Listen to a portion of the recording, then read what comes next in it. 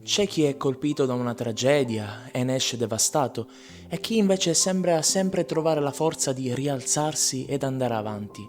C'è chi si deprime nel pensare al trauma capitatogli e chi riesce invece a trovare proprio in quel trauma il motivo per motivarsi e proseguire. Questo comportamento bivalente della gente allo stesso tipo di problema interessò molto Boris Cyrulnik, che iniziò a studiarne il motivo. Scoprì che la resilienza gioca un ruolo chiave in tutto questo. È infatti la capacità di un individuo di crescere ed andare avanti nonostante le mille difficoltà di ogni giorno, e questo è davvero fantastico. Tramite i suoi studi Cyrulnik scoprì che la resilienza non è una qualità innata, ma cresce e migliora tramite i rapporti e le interazioni con gli altri.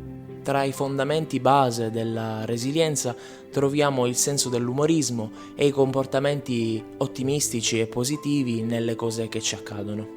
Prima di allora si pensava che chi avesse alta resilienza soffrisse meno degli altri in caso di traumi vari. Ovviamente non è così. La differenza sta in quello che si decide di fare in quei casi. Questi non vedono un problema come un motivo per lasciarsi abbattere e sprofondare nel più completo pessimismo, ma come una sfida da superare, come un pretesto per imparare sempre di più da quella determinata difficoltà. Dorothy Rowe invece ci invita a smettere di vedere quello che ci accade come una sorta di punizione divina, come, non so, una sorta di mano del destino che si abbatte su di noi per chissà quali atti abbiamo commesso. Ci viene infatti insegnato sin da piccoli che il mondo sia un posto giusto, dove se facciamo bene verremo ricompensati e se facciamo male invece verremo puniti. Questa nostra fede in un mondo giusto non è affatto una cosa sana.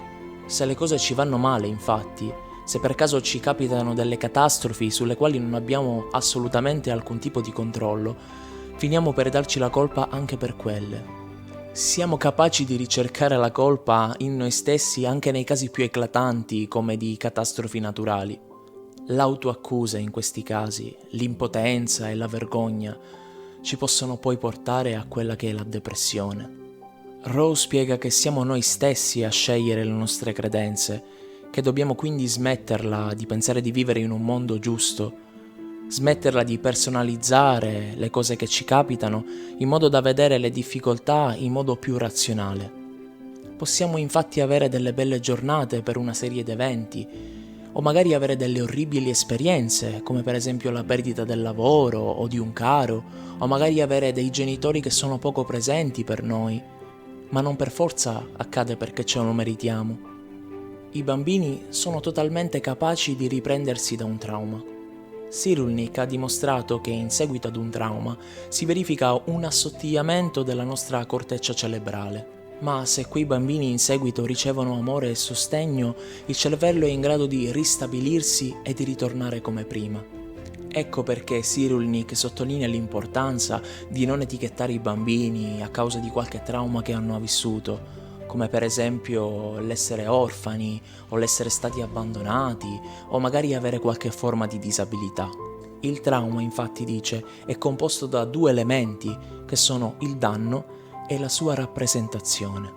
Spesso è proprio l'assistere alle interpretazioni negative e umilianti che gli adulti attribuiscono ai traumi il male più grande che i bambini possono sperimentare, perché questo rimane dentro la nostra mente per parecchio tempo.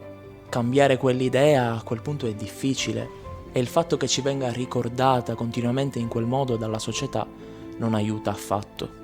Quindi non lasciamoci abbattere per le cose che ci accadono. Starci male, provare dolore emotivo per quella cosa che ci è accaduta è una cosa da fare. Piangere è una cosa da fare.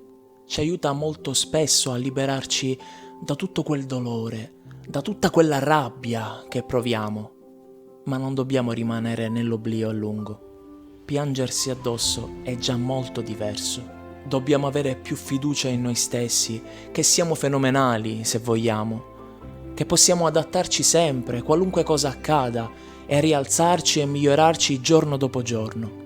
Non basta solo volerlo, bisogna anche farlo. Quindi facciamolo.